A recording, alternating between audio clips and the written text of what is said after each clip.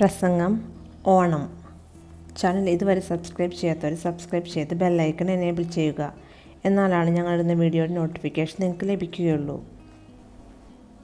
ബഹുമാനപ്പെട്ട പ്രിൻസിപ്പാൾ, അധ്യാപകരെ, എൻ്റെ പ്രിയ കൂട്ടുകാരെ, എല്ലാവർക്കും ആദ്യം തന്നെ എൻ്റെ ഓണാശംസകൾ.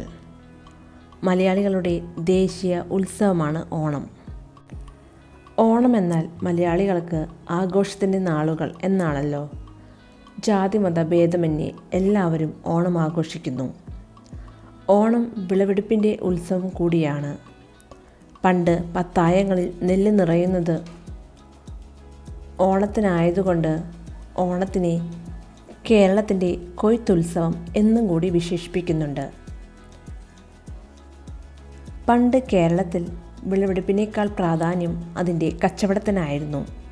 കർക്കിടകം കഴിഞ്ഞ് ചിങ്ങമെത്തുമ്പോൾ വിദേശ കപ്പലുകളിൽ ആളുകൾ കച്ചവടത്തിനായി കേരളത്തിൽ എത്തിച്ചേരും.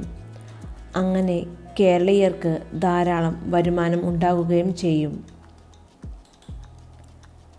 സ്വർണം കൊണ്ടുവരുന്ന മാസത്തെ പൊന്നിൻ ചിങ്ങമാസം എന്നും കൂടി വിശേഷിപ്പിക്കുന്നുണ്ട്. ചിങ്ങമാസത്തിലെ അത്തം മുതൽ 10 ദിവസം വരെ ഓണാഘോഷം നീണ്ടു നിൽക്കുന്നു. അത്തം 10 ഓണം എന്നാണല്ലോ ചൊല്ല്. മഞ്ഞപ്പൂവ് കൊണ്ട് ഒന്നാം ദിനത്തിൽ പൂക്കളമൊരുക്കുന്നു. രണ്ടാമത്തെ ദിവസം 2 ഇനം പൂക്കൾ, മൂന്നാമത്തെ ദിവസം 3 ഇനം പൂക്കൾ. അങ്ങനെ പൂക്കളത്തിൻ്റെ വലിപ്പം ഓരോ ദിവസവും കൂടിക്കൂടി വരുന്നു. ഉത്രാടം നാളിൽ നമ്മൾ ഏറ്റവും വലിയ പൂക്കളമൊരുക്കുന്നു. ഉത്രാടം നാൾ മുതലാണ് പൂക്കളത്തിൽ ചെമ്പരത്തിപ്പൂവിന് സ്ഥാനമുള്ളൂ. മൂലം നാളിൽ ചതുരാകൃതിയിലാണ് പൂക്കളം ഒരുക്കുന്നത്. അസുര രാജാവും വിഷ്ണു ഭക്തനുമായിരുന്ന പ്രഹ്ലാദൻ്റെ പേരക്കുട്ടിയായിരുന്നു മഹാബലി. ദേവന്മാരെ പോലും അസൂയപ്പെടുത്തുന്ന രീതിയിലായിരുന്നു മഹാബലിയുടെ ഭരണം. മഹാബലി എന്ന വാക്കിൻ്റെ അർത്ഥം വലിയ ത്യാഗം എന്നാണ്. മഹാബലിയുടെ ഐശ്വര്യത്തിൽ അസൂയ തോന്നിയ ദേവന്മാർ മഹാവിഷ്ണുവിൻ്റെ സഹായം തേടി. മഹാവിഷ്ണു ഭിക്ഷയായി വാമനനോട് 3 അടി മണ്ണ് ആവശ്യപ്പെട്ടു. ഇതൊന്നും അറിയാതെ മഹാബലി 3 അടി മണ്ണ് അളന്നെടുക്കുവാൻ വാമനന് അനുവാദം നൽകുകയും ചെയ്തു. വാമനൻ ആകാശമുട്ടെ വളർന്നു. ആദ്യത്തെ 2 അടിക്ക് തന്നെ ഭൂമിയും സ്വർഗവും അളന്നെടുത്തു.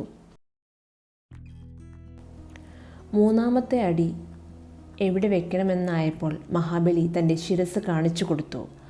വാമനൻ തൻ്റെ പാദങ്ങൾ മഹാബലിയുടെ ശിരസിൽ വെച്ചു. പാതാളത്തിലേക്ക് ചവിട്ടിത്താഴ്ത്തി എന്ന് പറയപ്പെടുന്നു.